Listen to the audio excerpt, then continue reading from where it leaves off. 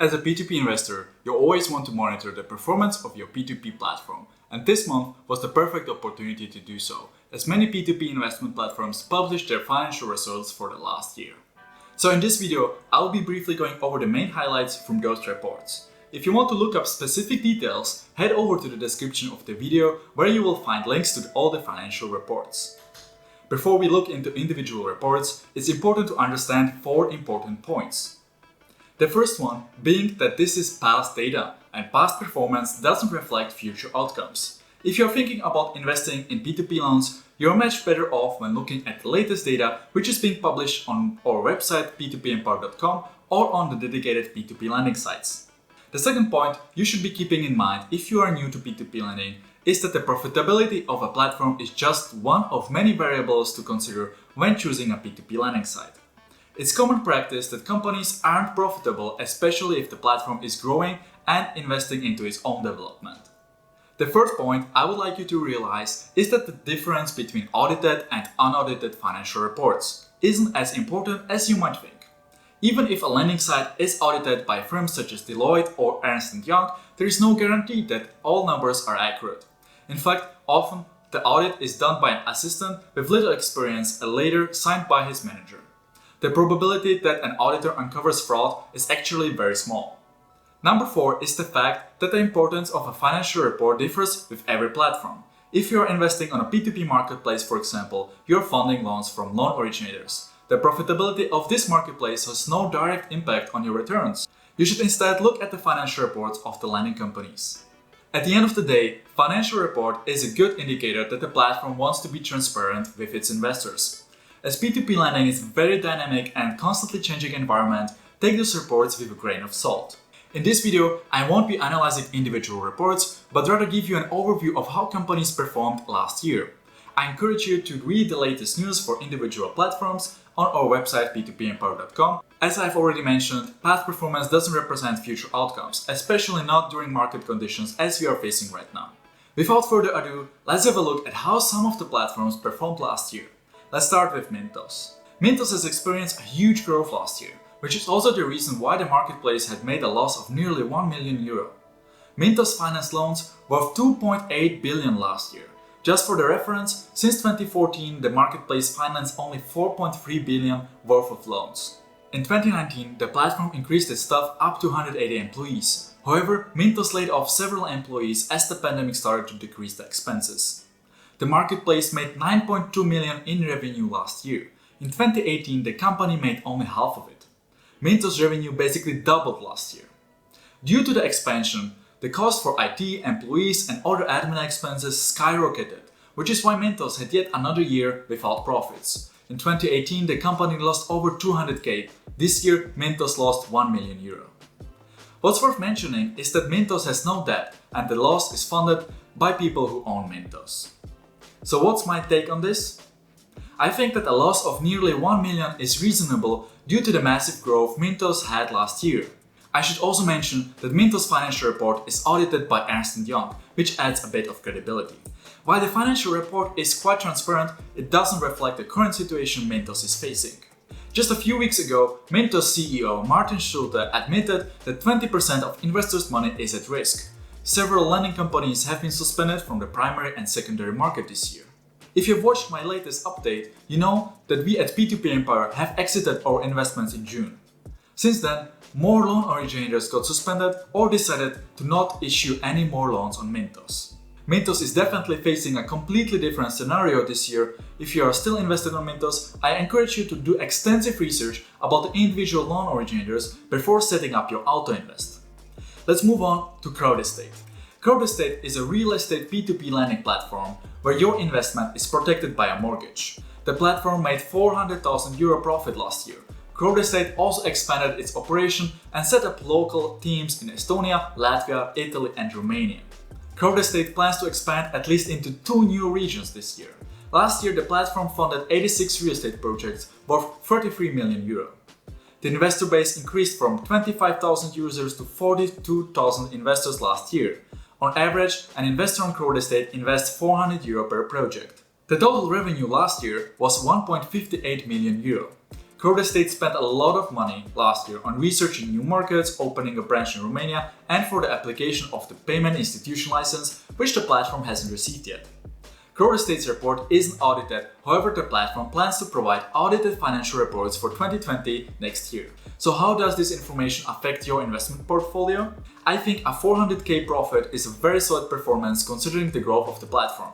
I've been invested on CrowdEstate for several months now, and so far I'm happy with the performance. The platform publishes new projects almost on a daily basis, which means that you won't experience much cash drag. If you are looking for a way to invest in real estate-backed loans from regions such as Italy or Romania, CrowdEstate is currently the only platform that offers such deals. When it comes to investing in the Baltic region, my preferred platform is Estate Guru. So let's have a look how this platform performed last year. In 2019, Estate Guru has expanded its team with 18 new employees, mainly from the banking sector. The platform funded loans worth 80 million euro last year. That's an annual growth of 52%. Back in 2015, the platform funded only loans worth 4.5 million euro. Estate Guru's growth is quite impressive in my opinion. Last year, the platform also started offering real estate projects from Finland. Estate Guru also funded its first project in Spain and Portugal. An interesting fact is that 50% of the loan volume in 2019 came from repeat borrowers. That means that the real estate developers like the service Estate Guru is providing as they use Estate Guru as their funding source. In 2019, more than 17,000 new investors joined the platform. At the end of last year, there were 38,000 investors. Today, months later, there are over 50,000 investors on this platform. Last year, Estate Guru also launched its secondary market, which means that you can sell your investments to other investors in case you want to withdraw your money before the end of the loan term. If you want to find out how it works, read our dedicated Estate Guru review on P2P Empire. Estate Guru's financial report is audited by Ernst & Young, and the platform lost 533,000 euro in 2019. For some investors, this is a concern, as the platform was profitable back in 2018.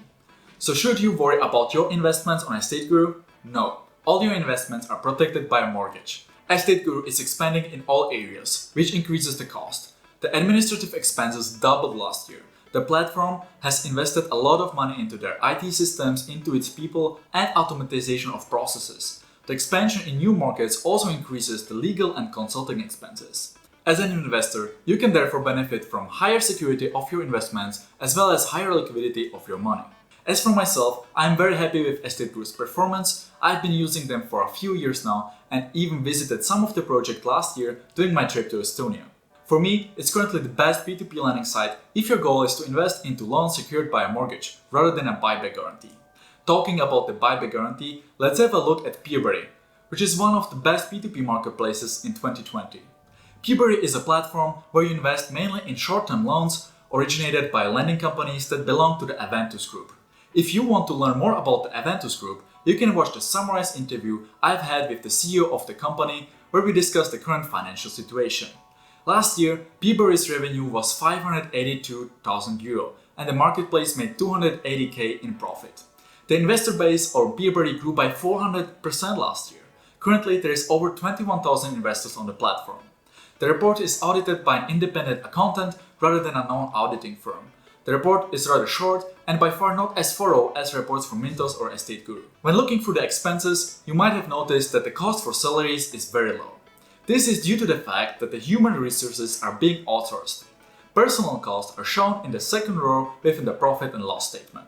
If you want to have a look at further numbers, you will find a link to the report in the video description below. So how does the report impact my investment strategy on Peerberry? It doesn't.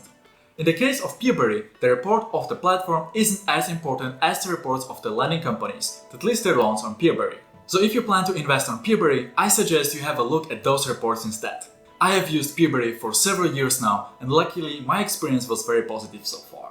The support is excellent and everything works as you would expect. You should know, however, that Peerberry is a very small marketplace in comparison to other P2P lending sites. It's also one of the easiest platforms to use within the P2P lending industry. You can learn more about my experience in this video where I will show you exactly how Peerberry works. Talking about easy investment products, let's conclude this video with Bondora. Bondora is mainly known for its Go and Grow product. Go and Grow is basically a saving account with annual interest of 6.75% and no bank deposit scheme. That's at least the oversimplified definition of Go and Grow. As I'm shooting this video, Bondora hasn't officially published its annual report yet, however the platform has released a blog post with some basic data. The platform increased its revenue by 96% to 20.3 million euro last year. Bondora also made a profit of 2.3 million, which is quite impressive considering the company has only 65 full-time employees and made just about 100k profit in 2018.